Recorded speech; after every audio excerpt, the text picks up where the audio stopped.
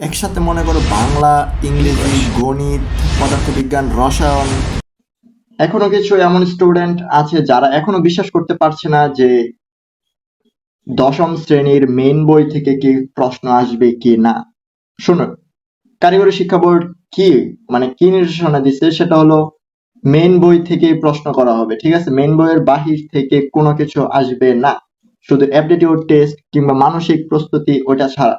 যদি এই চ্যানেলটা বড় করতে পারি তাহলে আমার পরিবারের হালটা ধরতে পারি। তোমরা যদি চ্যানেলে সাবস্ক্রাইব করো তাহলে আমার স্বপ্নটা পূরণ হবে এবং আমার পরিবারের জন্য ভালো কিছু করতে পারবো। দশম শ্রেণীর এই পদার্থবিজ্ঞান ও রসায়নের যে ক্লাসটা, এটা আরো অনেক গুরুত্বপূর্ণ, কারণ এখানে মেন বই থেকে নেওয়া হয়েছে অনেক কিছু। দেখো, মেন বইয়ের বাহিরেও যেগুলো ইম্পর্টেন্ট আমি একটু রাখার চেষ্টা করছি। এটা দেখো, যদি সরি আমার একটু মিস্টেক হয়েছে। কোন চিহ্ন দ্বারা অতিরিক্ত ক্ষতিকারক তেজস্ক্রিয় রশ্মি বোঝানো হয়? দেখছো, পরবর্তী এটা বিদ্যুৎ চিহ্ন, তেজস্ক্রিয় চিহ্ন, আগুনের চিহ্ন, বিষাক্ত চিহ্ন। এখানে কি হবে? তেজস্ক্রিয় চিহ্ন। প্রশ্নের ভিতরেই তো এটা উত্তরটা দেওয়া আছে, এটা বুঝতে পারো না? দেখো, এটা উত্তরটা হবে এটা তেজস্ক্রিয় চিহ্ন। ঠিক আছে। কোন পদার্থ আন্তঃআণবিক শক্তি সবচেয়ে বেশি? আন্তঃআণবিক শক্তিটা কি? এটা হলো একটার সঙ্গে আরেকটা লেগে থাকা, যাকে বলা হয় কঠিন পদার্থ। কারণ যদি আন্তঃআণবিক শক্তি কার সব থেকে কম যদি বলে, সেটা হলো হাইড্রোজেনের। ঠিক আছে, হাইড্রোজেনের আন্তঃআণবিক শক্তির পরিমাণ হলো 1। ওটা হাওয়ার মধ্যে ভাসে, ওইটা তো বুঝতেই পারছো। হাইড্রোজেন কোনটাকে বলছি? গ্যাসীয় পদার্থ, ওগুলো আন্তঃআণবিক শক্তি অনেক কম হয়। আর কঠিন পদার্থ কি হয়? আন্তঃআণবিক শক্তি বেশি হয়। কঠিন পদার্থ কোনটা? যেমন ধরো কাঠ, ইট, তারপরে দেওয়াল ধরতে পারো এবং পাথর ধরতে পারো, এগুলো আন্তঃআণবিক শক্তি বেশি থাকে। আন্তঃআণবিক শক্তি কি? আন্তঃআণবিক শক্তিটা মূলত হলো গিয়া তোমার অণুগুলোর পারস্পরিক আকর্ষণ। অণুগুলোর পারস্পরিক আকর্ষণ। আকর্ষণ যত বেশি হবে তত কঠিন হবে। ঠিক আছে, যত চাপানো হবে তত কঠিন হবে। ঠিক আছে। পদার্থের কোন অবস্থায় ঘনত্ব সর্বাধিক? পদার্থের কোন অবস্থায় ঘনত্ব সর্বাধিক? কঠিন পদার্থ। ঘনত্ব কাছাকাছি, বুঝতেই তো পারছো। পাকা কলার গন্ধ ঘরের চারদিকে ছড়িয়ে পড়ে কি বলে? পাকা কলার গন্ধ চারদিকে ছড়িয়ে পড়ে কি বলে? প্রসারণ। ঠিক আছে, 3 স্টার দেওয়া আছে। এবং পরবর্তীতে যদি আমরা দেখি, পাকা কাঁঠালের গন্ধ ছিদ্র পথে বের হয়ে আশাকে কি বলে? ঠিক আছে, নিঃসরণ বলে। হ্যাঁ, নিঃসরণই তো। ঠিক আছে, পরবর্তীতে যদি আমরা আরেকটা প্রশ্ন দেখি, এগুলো আমাদের মেন বই আছে, একটু ঘাটাঘাটি করলে খুঁজতে পারবা। একটি মৌলের পারমাণবিক সংখ্যা কি নির্দেশ করে? একটি মৌলের পারমাণবিক সংখ্যা প্রোটনের সংখ্যা নির্দেশ করে। প্রোটনের সংখ্যা নির্দেশ করে, এই যে দেখছো। যদি পরীক্ষায় আসে ঝটপট 1 সেকেন্ড উত্তর দিতে পারবা তো? পদার্থবিজ্ঞানে যেন এবং রসায়নে যেন এই দুইটা সাবজেক্ট থেকে 10 মার্কের মধ্যে একটা মার্কে যেন কম না আসে। ঠিক আছে, সবাই দেওয়ার চেষ্টা করবা। নিউটনের কি নেই? এটা কিন্তু নিউটনের নানি নেই এমন কিছু না, নিউটনের চার্জ নেই। যদি কেউ আবার মনে করো নিউটনের নানি খুঁজে পাইতেছি না, ওইটা নেই, আসলে এমন না। নিউটনের চার্জ নেই। ভর সংখ্যার ভিন্নতার কারণে কোনটি হয়? ভর সংখ্যার ভিন্নতার কারণে আইসোটোপ আইসোটোপ ঘটে। ঠিক আছে বন্ধুরা, আজ আমি আপনাদের জন্য বাছাই করলাম ক্লাস 10 এর বই থেকে মুখস্থযোগ্য, মুখস্থ করতে পারবা, এক কথায় উত্তর দিতে পারবা। এমসিকিউ মুখস্থ আমাদের পলিটেকনিক ভর্তি পরীক্ষায় যেন খুবই হেল্পফুল এবং কমন আসে, তার জন্য একসাথে মনে করো বাংলা, ইংরেজি, গণিত, পদার্থবিজ্ঞান, রসায়ন, এইগুলার এমসিকিউ দেওয়ার চেষ্টা করব। ভিডিওটা একটু লং হলেও এটা তোমার অনেক কাজে আসবে এবং নতুন করে একটা প্র্যাকটিস এবং আগের জিনিসগুলো ভালো করে মনে রাখতে পারবে। প্রথমে আমি বাংলা সহপাঠ। বাংলা সহপাঠ যদি আমরা দেখি, 1 নম্বরে আছে শিক্ষা ও মনুষ্যত্ব প্রবন্ধের শিক্ষার কোন দিকটি সবচেয়ে গুরুত্বপূর্ণ? বৌদ্ধিক, মানসিক দিক, আন্তিক দিক না সামাজিক দিক? উত্তর হবে ছোট গ নাম্বার, এটা। ঠিক আছে। যদি পরবর্তী প্রশ্নটা আয়ন যদি ধরতে পারো যে এটা কোন বই থেকে আসছে, এটা বাংলা সহপাঠ থেকে ক্লাস 10 এর বই থেকে আসছে। এইটার রচয়িতা কে জানো? রচয়িতা হলো মোহাম্মদ নাসির উদ্দিন। মোহাম্মদ নাসির উদ্দিন এই গল্পের রচয়িতা। ঠিক আছে। যা আছে মোরা তাতেই সুখী, এই যদি হয় নত ভাঙ্গা, সবে মুখ চাঁদের আলো ঢাললে অবিরত।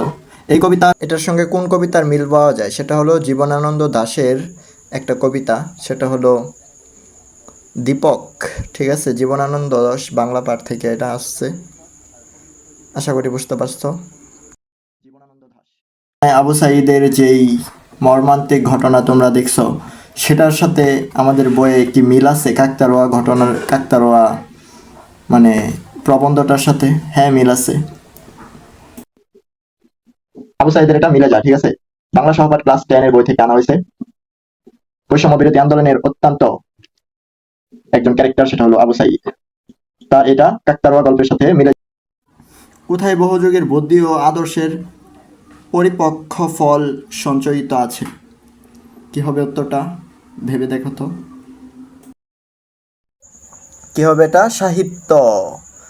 কারণ সাহিত্য আমাদের, এটা একটা ইম্পর্টেন্ট, নতুন করে একটা প্র্যাকটিস এবং আগের জিনিসগুলো ভালো করে মনে রাখতে পারবে। প্রথমে আমি রাখছি বাংলা গ্রামার পাঠ থেকে। ঠিক আছে। দেখো, সে বই পড়ে এখানে সে কোন পদ, সে বই পড়ে এখানে কোন পদ, এটা হয়তো এখন তো সবারই এটা জানার কথা।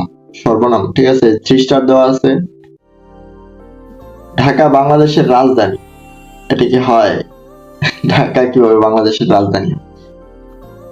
ঠিক আছে। এটা হলো বিবৃতিমূলক প্রশ্ন, কারণ এটার মধ্যে একটা খারাপ ইঙ্গিত দেওয়া হয়েছে অথবা বিবৃতি ছড়ানো হয়েছে এটা দিয়ে। ঠিক আছে। ঢাকা বাংলাদেশের রাজধানী, বিবৃতি ছড়ানো হয়েছে। পরবর্তী কোশ্চেনটা যদি আমরা দেখি, আমার সোনার বাংলা লেখক কে? মানে যেই, যদি তোমরা তো ছোট থেকে পড়ে আসছো যে কি জানি বলে, ছোট থেকে পড়ে আসছো জাতীয় সঙ্গীত আমার সোনার বাংলা আমি তোমায় ভালোবাসি, এটার রচয়িতা হলো রবীন্দ্রনাথ ঠাকুর। বিদ্রোহী কবি আখ্যা পান কে? বিদ্রোহী কবির আখ্যা পান কে, মানে এই পদবিটা কে পাইছে? কাজী নজরুল ইসলাম বিদ্রোহী কবি। ঠিক আছে। জাতীয় সঙ্গীতের রচয়িতা কে? জাতীয় সঙ্গীতের রচয়িতা রবীন্দ্রনাথ ঠাকুর। ওইটাই আবার রিপিট করা হয়েছে, তার মানে এটা খুবই খুবই ইম্পর্টেন্ট। যদি আমরা এখন গণিতের কিছু এমসিকিউ দেখি, এখানে দেখো আমাদের গণিতের এমসিকিউ গুলা রাখা হয়েছে। যদি গণিতের এমসিকিউ গুলা তুমি আগে থেকে জেনে থাকো, তবুও আরেকবার রিভিশন দেওয়ার ট্রাই করো, তোমার জন্য অনেক মোস্ট হেল্পফুল হতে চলেছে। এটা না দেখলে তোমার হয়তো অনেক বড় একটা জিনিস লস করে ফেলবা। গণিতের ম্যাথমেটিক্সে যে একটি ত্রিভুজের 3টি কোণের যোগফল কত? একটা ত্রিভুজের 3টি কোণ, এটা তো ছোট থেকে দেখে আসছো, একটা ত্রিভুজের 3টা কোণ হয়, কিন্তু এটার যোগফল হলো 180 ডিগ্রি। ঠিক আছে। 3 স্টার, মানে খুবই ইম্পর্টেন্ট। পাই এর আনুমানিক মান কত? আনুমানিক মান এটা অনেক জায়গায় আমি উল্লেখ করার চেষ্টা করছি, এটা হলো 3.14। ঠিক আছে। √121 এর মানটা ভীষণ ইম্পর্টেন্ট, চাইলে তুমি নোট করে নিতে পারো। এই যে 11। ঠিক আছে। এলি, একটি বৃত্তের সর্বাধিক আর হলে পরিধি সি কিভাবে গণনা করা হয়? সি কিভাবে, এটা তোমার বৃত্ত থেকে মোস্ট ইম্পর্টেন্ট আসতেই পারে। সি কিভাবে গণনা করা হয়? পরিধি যাকে বলা হয়, পরিধি হলো 2πr। 2πr যদি আমরা কি কি দেখছি একটু খেয়াল করি তো দেখো, আমরা গণিতের প্রায় 10টা এমসিকিউ দেখি, বাংলা গ্রামারের কিন্তু আমরা কতগুলো এমসিকিউ দেখছি? 5টা। বাংলা গ্রামার থেকে 5টা এমসিকিউ দেখা হয়েছে অলরেডি এগুলা, ঠিক আছে। এখন যদি আমরা গণিতেও 5টা এমসিকিউ আমরা দেখছি, মানে আমি এই ভিডিওটা তৈরি করছি যে 5টা করে মোস্ট পপুলার যেই শর্ট এমসিকিউ গুলো আছে সেগুলো দেওয়ার চেষ্টা করছি। এখন আমরা চেষ্টা করব যেন পদার্থবিজ্ঞানের 5টা মোস্ট কমন এবং সহজ লঘুদ্রব্য এবং আসতে পারে এরকম প্রশ্ন এবং এক কথায় প্রকাশ করা যায়। দেখো, পদার্থবিজ্ঞানের প্রথমে যে প্রশ্নটা রাখা হয়েছে, আলোর গতি প্রায় কত মিটার গতিতে ছড়ায়? এখানে দেখতে পাচ্ছ এই যে 3 × 10⁸ মিলিসেকেন্ড, ঠিক আছে, এটা মিলিসেকেন্ড হবে। বলের একক নিউটন, এটা কি আর বলা লাগে। বৈদ্যুতিক প্রবাহ মাপার যন্ত্র কি? বৈদ্যুতিক প্রবাহ মাপার হলো এম্পিয়ার। একটু ছোট পোলাপানেও পারে, তুমি একটু তাও ফুলটা দেখো পরীক্ষাতে, যেহেতু সবাই মিলে পরীক্ষা দিব আমরা, সবার একটু সহজ দিবি, ঠিক আছে। পৃথিবীতে বস্তুর পতন ঘটে কি কারণে? পতন ঘটে, ঠিক আছে, মহাকর্ষ বল। মহাকর্ষ বল এখানে পৃথিবীর পতন ঘটাতে রেডি, ঠিক আছে। শক্তির একক কি? এখন তোমাকে এখানে প্রশ্ন করতে পারে যে এই যে মহাকর্ষ বলটা, যে হ্যাঁ, মহাকর্ষ বল কে আবিষ্কার করেন? মহাকর্ষ বল আবিষ্কার করছেন এই যে নিউটন। কে? নিউটন।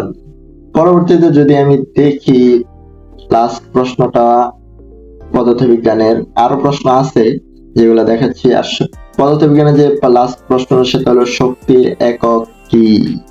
শক্তির একক হলো জুল, ঠিক আছে। সিস্টার দেওয়া, একবার ট্রাই করবা। এখন আমরা পদার্থবিজ্ঞানের 5টা এমসিকিউ কিন্তু ইম্পর্টেন্ট, যেগুলো আমাদের বইয়ে আছে, ক্লাস 10 এর বইয়ে। ক্লাস 10 এর বই থেকে এগুলো আমি সংরক্ষণ করছি, এটাতে কোনো সন্দেহ নেই।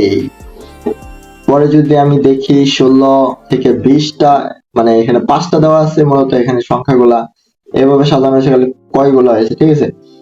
রসায়নের কেমিস্ট্রির যে বিষয়টা, এখানে সংক্ষিপ্ত প্রশ্ন বললেই নয়, এখানে অনেক অনেক সংক্ষিপ্ত প্রশ্ন, কিন্তু ওইখান থেকে আমি 5টা এমসিকিউ তোমাদের জন্য ইম্পর্টেন্ট বই থেকে নেওয়া হয়েছে, আসতে পারে এইরকম মনে করি। ওয়াটার, পানি কি? ওয়াটার। রাসায়নিক সূত্র কি? রাসায়নিক সূত্র হলো H2O।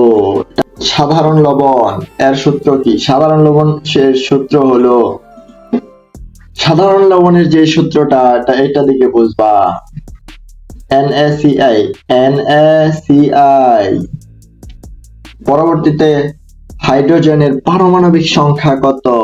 হাইড্রোজেনের পারমাণবিক সংখ্যা কত? 1। হাইড্রোজেন একটা, হাইড্রোজেনের ব্যাপন হার বেশি, হাইড্রোজেন খুবই পাতলা একটা, ঠিক আছে, গ্যাসীয় পদার্থ, এটার ব্যাপন হার 1। পারমাণবিক সংখ্যা 1, তার মানে কি এটার খুবই হালকা। কঠিন থেকে তরলে পরিবর্তনকে কি বলে? কঠিন থেকে তরলে পরিবর্তনকে গলন বলে। গলন কি? গলন। নিম্নলিখিত কোনটি অ্যাসিড? নিম্নলিখিত কোনটি তোমার অ্যাসিড মনে হয়? এখানে অনেকগুলো অপশন দেওয়া আছে, ভিনেগার, বেকিং সোডা, পানি, তারপর কি আছে? পানি তো কখনো হবে না। সোডিয়াম হাইড্রোক্সাইড, এটাও হবে না। তাহলে কি হবে? এই যে ভিনেগার। অ্যাসিড কি? ভিনেগার। সো ভর্তির পরেও কলেজে যত প্রকার প্রয়োজন হবে তুমি আমাকে পাশে পাবে, তাই ভিডিওটা শেয়ার করো অতিরিক্ত। আর এক ভিডিওতেই সবগুলো সাবজেক্ট একসাথে পড়ার ভিডিও অনেকেই দেয় না, ঠিক আছে, তার জন্য আমি এটা দেওয়ার চেষ্টা করছি যেন তোমাদের সহজ মনে হয়। এখানে আমি কি কি প্রশ্ন রাখছি যদি দেখো, বাংলা আছে প্রথমেই, পরে আমাদের বাংলা থেকে গণিতে ট্রান্সফার করা হয়েছে, গণিতে আছে, গণিত প্রশ্ন রাখার ট্রাই করছি। আরেকবার দেখে নিবা ভিডিওটা ফুল, তারপরে রাখছি হলো পদার্থ বিজ্ঞান, তারপরে কি রাখছি আমি, রসায়ন, রসায়ন থেকে ট্রান্সফার করে আর আইসোটোপ রয়েছে। হাইড্রোজেনের কয়টি আইসোটোপ রয়েছে, এটা যদি 3টি আইসোটোপ রয়েছে দেখতে পারছো 3 স্টার দেওয়া, তার মানে এটা বিশাল ইম্পর্টেন্ট, মানে অনেক ইম্পর্টেন্ট। আইসোটোপের একটি ব্যবহার কি, আইসোটোপের একটি ব্যবহার কি সেটা যদি আমরা একটু লক্ষ্য করে দেখো, রোগ নির্ণয়। আইসোটোপের মেইন কাজটা হলো রোগ নির্ণয়। আর যদি রোগ নির্ণয় অধ্যায় তুমি তো জানোই, ওখানে মানে এক্স রে আছে, আছে, বিভিন্ন আধুনিকতার ছোঁয়া আছে, তার মানে ওটা অনেক ইম্পর্টেন্ট। আর এটা বইয়ের অধ্যায় হলো 7 নাম্বার, রসায়নের 7 নাম্বার অধ্যায় তুমি এই আইসোটোপের 2টা প্রশ্ন পেয়ে যাবে, তার মানে কি এগুলা বিশাল ইম্পর্টেন্ট। পরবর্তীতে যদি দেখি কৃত্রিম আইসোটোপ কিভাবে তৈরি হয়, কৃত্রিম আইসোটোপ কিভাবে তৈরি হয় এটা তো মানে জানার কথা। নিউক্লিয়ার বিক্রিয়ার মাধ্যমে এটা তৈরি হয় কৃত্রিম আইসোটোপ। আইসোটোপ কিন্তু মোস্ট পপুলার একটা সাবজেক্ট, তুমি অধ্যায়ের 7-এ আছে, রসায়নের 7 নম্বর অধ্যায়ে তুমি এটা পেয়ে যাবে আইসোটোপের এই বর্ণনাগুলা। ভালো পয়েন্ট তোলার জন্য মেইন বইয়ের কোনো বিকল্প নেই, মেইন বই পড়তে হবে, বুঝছো, ভালো করে মেইন বইটা পড়ো, ভালো পয়েন্ট পাবা। ইম্পর্টেন্ট মানে যদি 10টা মার্ক তুমি পেতে চাও, এখান থেকে নিশ্চয়ই তুমি 3 থেকে 4 মার্ক কমন পেতে চলেছো, ঠিক আছে। আমি যে ইম্পর্টেন্ট বই মেইন বই থেকে আনার চেষ্টা করছি, তার মানে তো বুঝতেই পারছো। রাদারফোর্ড কত সালে নিউক্লিয়ার মডেল আবিষ্কার করেন, রাদারফোর্ড মডেল আবিষ্কার করেন হলো 1911 সালে। 3 স্টার দেওয়া আছে, বুঝতে পারছো। 1911 সালে রাদারফোর্ড নিউক্লিয়ার মডেল আবিষ্কার করেন, ঠিক আছে। এটা আছে পদার্থবিজ্ঞানের 6 নাম্বার অধ্যায়, পরমাণু গঠন। পরমাণু গঠন থেকে অনেকগুলা প্রশ্ন তোমাদের আসতে পারে, 2টা প্রশ্ন নিশ্চয়ই আসবে। তারপরে দেখি বরের পরমাণু মডেল কোন মৌলের বর্ণালী ব্যাখ্যা করতে পারে, কোন মৌলের ব্যাখ্যা করতে পারে, এটা তো জানার কথা, হাইড্রোজেন, ঠিক আছে। এটা পদার্থবিজ্ঞানের অধ্যায় 6 নাম্বার অধ্যায় আছে। কারণ আমি এই অধ্যায়গুলা দিচ্ছি কারণ তোমরা অনেকেই বিশ্বাস করতে পারো না যে আমি যে প্রশ্নগুলা দেই এগুলা কি মেন বই থেকে নেই নাকি আমার নিজের ইচ্ছা মতো বানাই। আসলে না, এগুলো প্রত্যেকটাই মেন বই থেকে নেওয়া। এই যেটা 7 নাম্বার অধ্যায় আছে রসায়নের, প্রত্যেকটা মেন বইয়ের প্রশ্নই আমি তোমাদেরকে উপস্থাপন করার চেষ্টা করি। তো এটা নিয়ে আর কোনো টেনশন নিও না যে পরীক্ষাতে কি আসবে না আসবে। আমি মনে করি পরীক্ষাতে সহজ এবং খুবই ইম্পর্টেন্ট যে বিষয়গুলো, আশা করি ভিডিওটা তুমি শেয়ার করবা এবং পরবর্তী পলিটেকনিক্যালের যত প্রয়োজন আছে সবগুলো প্রয়োজনই আমার এই চ্যানেলে তুমি পেয়ে যাবে এবং তার জন্য সাবস্ক্রাইব করে রাখো যেন পরবর্তী আপডেটটা তুমি আমার সবার আগে পেতে পারো। পদার্থবিজ্ঞানের প্রশ্নটা কেমন হবে যদি আমরা একটু দেখি, 10টা এমসিকিউ আর 10 মার্কে পরীক্ষা হবে। একটা কোশ্চেন্স তোমরা ক্যালকুলেটর নিতে পারবা কিনা, তোমরা এটা নিয়ে টেনশন করো না, তোমরা ক্যালকুলেটর নিতে পারবা। মৌলিক রাশি নয়, নিচের কোনটি মৌলিক রাশি নয়, তড়িৎ প্রবাহ, ঠিক আছে। স্টার মার্ক দেওয়া আছে সবগুলা উত্তরের ভিতরে।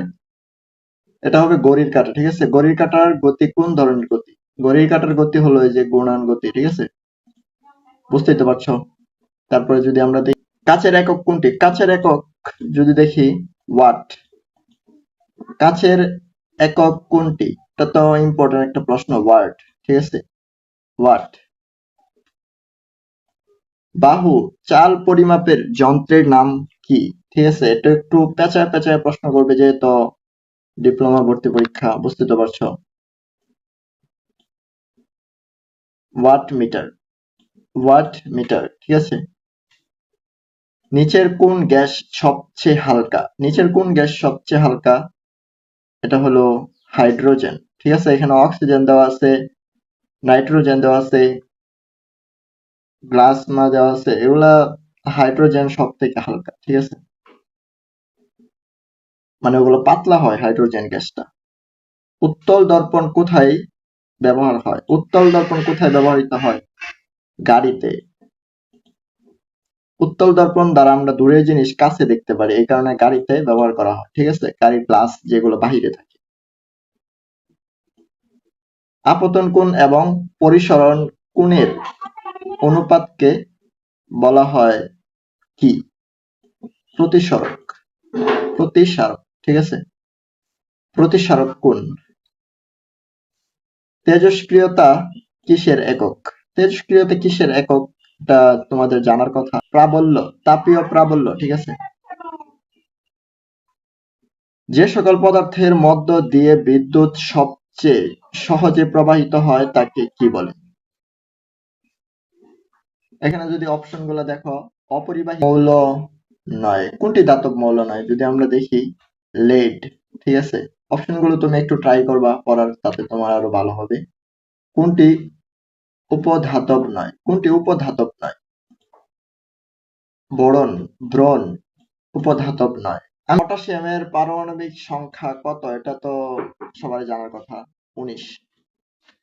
জানি তোমরা অনেক জানো, এতদিন পড়ছো, এগুলা নতুন করে জানার কি আছে, কিন্তু এইগুলা আসতে পারে, এগুলা একটু অ্যানালাইজ করো। এন শেষে কতটি ইলেকট্রন থাকে? মানে এন শেষে কতটি ইলেকট্রন থাকে? 32টি, ঠিক আছে, এই উত্তরটা 32টি। CaO কি ধরনের যৌগ? আয়নিক যৌগ। ভিটামিনের মধ্যে কোন অ্যাসিডটি উপস্থাপিত? ভিটামিনের মধ্যে কোন অ্যাসিডটি উপস্থাপিত? এটা অনেক গুরুত্বপূর্ণ একটা প্রশ্ন। Citric acid. ভিটামিনের মধ্যে কোন অ্যাসিড বিদ্যমান? সাইট্রিক অ্যাসিড, ঠিক আছে।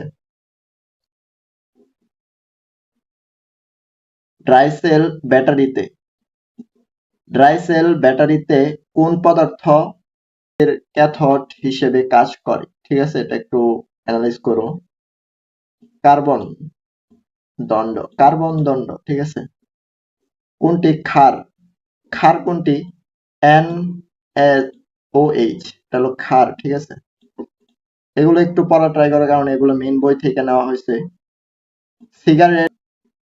সিগারেটে কোন ধাতব উপাদান থাকে? সেটা হলো সীসা।